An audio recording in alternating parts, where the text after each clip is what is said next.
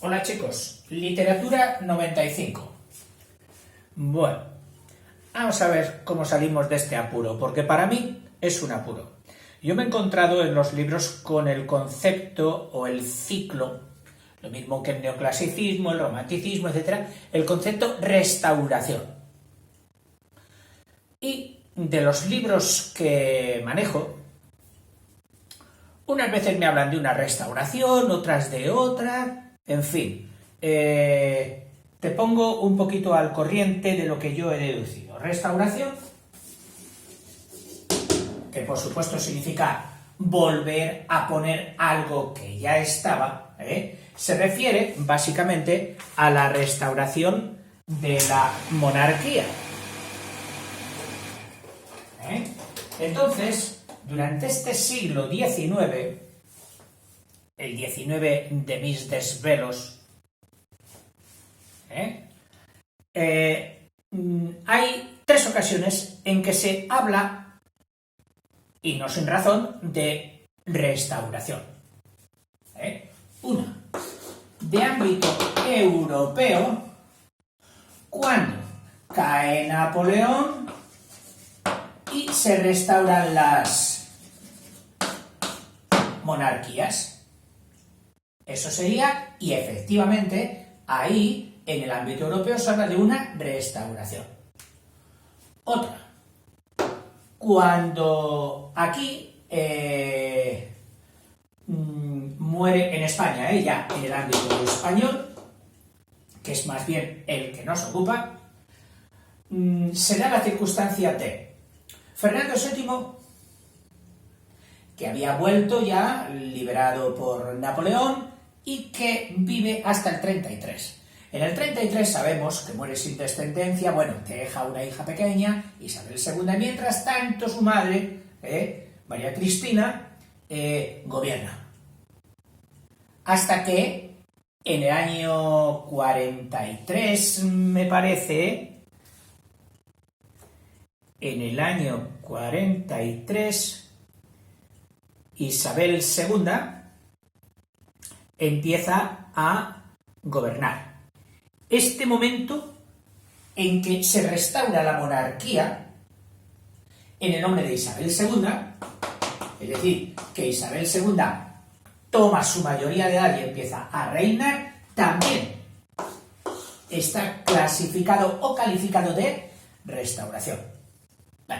Llega Isabel II, sigue reinando, y en el 68, es decir, pasado ya bien la mitad del siglo, del 50, en el 68 surge una revolución blanda, una revolución no cruenta, que fue la Gloriosa, llevada a cabo por Sagasta en connivencia también con el anterior, con el que mandaba hasta entonces, Cánovas, que tampoco opuso mucha resistencia, y entre ellos se lo cocieron no del todo mal. Bien, entonces en este 68 se inicia un periodo de 6 años que llamaron el sexenio democrático, en el que destierran a la reina. A Isabel II le dicen a volar, y se quedan ellos. ¿Cómo se quedan ellos? Pues están 3 años con una junta revolucionaria gestora, es decir, gestora es que gestiona la nación, que hace el oficio de mandar, de regir, de gestionar, y van poniendo ahí, durante esos 3 años, ponen jefes de gobierno, primeros ministros, que se llamaban entonces, entre los que destacan, pues, Serrano y Prim, 2 generales. Bueno, Prim sí que era general, Serrano ahora mismo no lo podría aseverar, pero bueno, Serrano y Prim. A los 3 años dicen, oye, la gente echa en falta un rey, pero es que los reyes que tenemos, ¿a quién vamos a mandar? El hijo de Isabel II es pequeñísimo, el que luego vendría como Alfonso XII. No lo podemos... Oye, pues mira, vamos a coger un noble de abolengo de fuera, de casa real, y lo vamos a alquilar. Le decimos, véngase usted aquí. Le pagamos tanto de alquiler al año por sus servicios ¿de qué? De rey, de gobernar España. Y eso fue los 3 años del 71 al 74 de nuestro querido, bueno, o su querido, el pobre hombre, Amadeo de Saboya. Que le dan un reino. Toma, el reino, casi podíamos decir todavía el más poderoso de la tierra, el que tenía más posesiones. España no había perdido todavía todas sus provincias de ultramar. Fijaros, ¿qué bicoca le dan? ¿Premio a qué? No lo sé. Pero al pobre le daban la manzana, pero esa manzana tenía gusano dentro. Y a los 3 años dice, españoles, la manzanita que me habéis dado, ¿sabéis qué? Que os la devuelvo. Esto no hay quien lo coma, esto no hay quien lo aguante. Y coge y nos deja solos, se marcha. Este fenómeno o esta circunstancia de llamar a un rey y que nos abandone, es, yo creo que irrepetible en la historia del mundo. Pero bueno, así es España. Amadeo de Saboya. Y entonces, aquí, cuando se marcha Amadeo de Saboya, creo que ya... sí, entonces dicen, bueno, pues si no nos valen los reyes, vamos a hacer república. Con un presidente de república. Claro, si fuera con un presidente, todavía diríamos, pues que bien, hay una continuidad tal. Pero lo malo, lo triste fue que en aquella primera república, que solo duró un año, hubo no 1, ni 2, ni 3, creo que más presidentes de república que iban pasando por allí como en una cinta transportadora. Viene ahora el presidente tal, y no había acabado de pasar cuando dice, bueno, pero ha caído y viene ahora el presidente cual. Así va. Duró un año la república nada más, del 73 al 74. Y entonces en el 74, Cánovas, que era el que dirigía los hilos de todo aquello, tenía pensado, dice él, lo dijo él en algún momento, que hubiese la vuelta del hijo, es decir, la vuelta de la monarquía, otra restauración, y ya esta es la tercera de la que te quería hablar, que después de la República viene Alfonso XII, cuando el general Campos da un minigolpe de Estado desde allí, desde Levante, y les dice en Madrid, oye, se acabó esto de la República, que no hay quien lo coma, y que vuelva otra vez el rey, Alfonso XII. Esa sería la tercera restauración. Pero bueno, lo dicho hasta aquí es, digamos, aspectos históricos. Pero en literatura, los autores que fueron viviendo y actuando y escribiendo durante toda esta época, en muchos libros, en casi todos, dicen autores de la restauración. ¿A qué restauración se refiere? Bueno, pues entonces ahí es donde te digo yo lo que he colegido de todo esto de ser llamados de la restauración. Hay un periodo clásico, que sería el neoclasicismo francés o afrancesado, que de ese no hay dudas. Viene luego otro que lo acotan bastante bien, que dicen que es del 15 al 50, que sería el romanticismo propiamente dicho. Muy bien.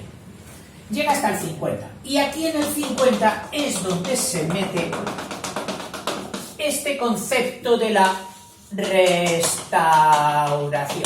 Es decir, lo que yo he visto más comestible es que la restauración abarca, o lo cogen como desde el 50 hasta el siglo XX, es decir, hasta el final. que diríamos segunda mitad del 19. Bueno, pero ocurren varias cosas. Primero, que estábamos acostumbrados a que las tres damas de la literatura, la dramática o teatro, la épica o narrativa y la poética o lírica, lírica o poética, fueran de la mano y se dieran, pues, en un periodo, se dieran en otro, tal. Pero aquí hay un desfase. La poética, en el romanticismo, hace una expansión, puesto que era todo subjetividad y será mejor en la lírica que no en la épica ni en la dramática, de forma que cuando el romanticismo español con sus principales Espronceda, Larra, y sus poetas menores, que los vamos a ver, que también los hay, como Nicomedes, Álvarez Cienfuegos, bueno, quédate con Nicomedes que luego ya lo hablaremos más.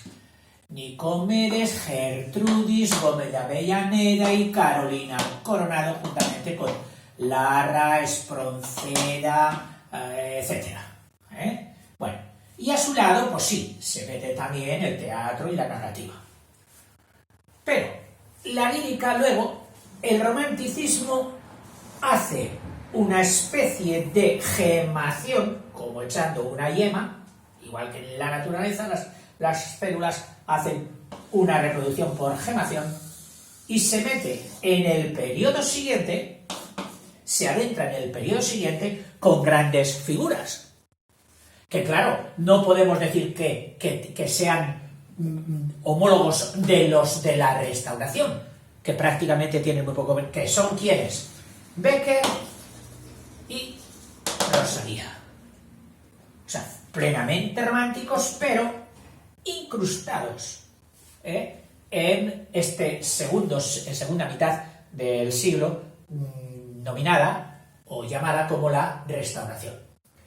Y, claro, a su lado aparecen, pues, una poética propia de la Restauración, una dramática propia de la Restauración y la narrativa dice, no, o sea, la épica, dice, no, yo tengo mucha más importancia que vosotras y no quiero ir con vosotras, yo me desgajo, me independizo. Y entonces forma, aquí, otro conjunto intersectado con Restauración, pero exclusivamente solo para la narrativa, donde es la novela la que tiene su expansión brillantísima, y entonces a este movimiento narrativo es al que se le da, sin salirse propiamente de la Restauración, se le da el nombre de realismo. Realismo con su cortesano, el naturalismo, etcétera, que estudiamos. Y aquí están los grandes autores, Galdós, Valera, Pereda, etcétera, etcétera. Bien, de la poética, pues de la poética aquí estudiaremos a Campoamor y a Campoamor, a Núñez, a Gabriel Núñez a Núñez de Arce, el vallisoletano, y a Gabriel y Galán. En la gramática, una figura sobresale sobre las demás, que es el premio Nobel Echegaray, y otros menores.